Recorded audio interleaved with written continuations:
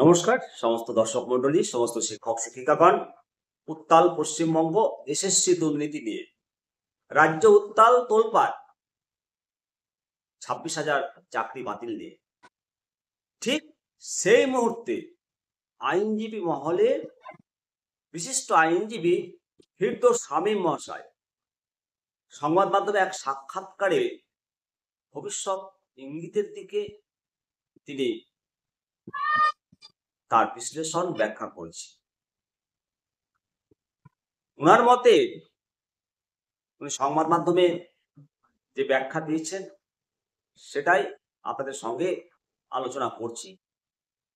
উনি বলছেন যে এসএসসি নিয়োগ দুর্নীতিতে ব্যাপক অনিয়ম দেখা গেছে, আর আসন্ন প্রাইমারি টেট পরীক্ষার ফলাফল এবং নিয়োগ প্রক্রিয়ায় দুর্নীতি তাকে আরো ছাপিয়ে যেতে পারে। কেন প্রাইমারি দিয়ে এই বেগ বেশি? সাক্ষাৎকারে আইনজীবী ফিরদৌস শামীম স্পষ্টভাবে সতর্ক করেছেন যে এসএসসির থেকে প্রাইমারি দুর্নীতি আরো ভয়াবহ।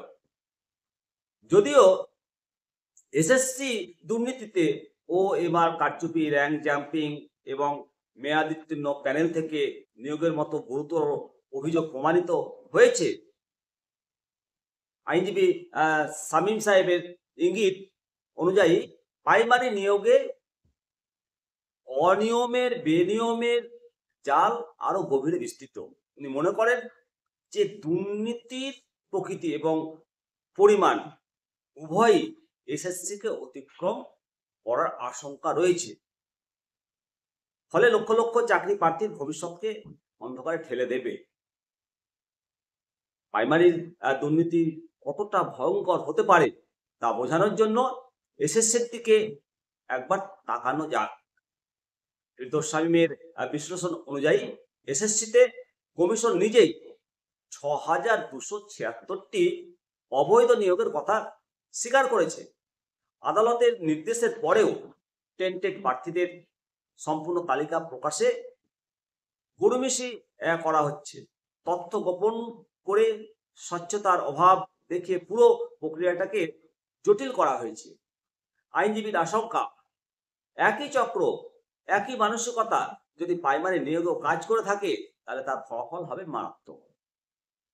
ফিরদৌস শামীম জোর দিয়ে বলছেন যে এই মুহূর্তে সবচেয়ে বড় প্রয়োজন হলো স্বচ্ছতা।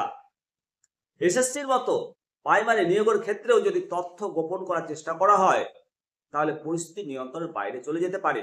তার মতে উচিত সরকারের অবিলম্বে সমস্ত দুর্নীতি তদন্ত করে অভিযুক্তদের তালিকা প্রকাশ করা, একটা স্বচ্ছ নিয়োগ প্রক্রিয়া নিশ্চিত করা। তা না হলে চাকরি প্রার্থীদের সম্মিলিত ক্ষোভ গণবিস্ফোরণে জন্ম নিতে পারে, যা সামলানো কঠিন হবে বলে তিনি মন্তব্য করেছেন। এবং এই তথ্যসূত্র প্রকাশিত হয়েছে অনলাইন ডিজিটাল ডব্লুপে। অবশ্যই এই প্রতিবেদন সম্পর্কে আপনাদের মতামত জানাবেন। ভালো থাকবেন। পরবর্তী আপডেট নিয়ে আবার হাজির হব। জয় হিন্দ, জয় ভারত।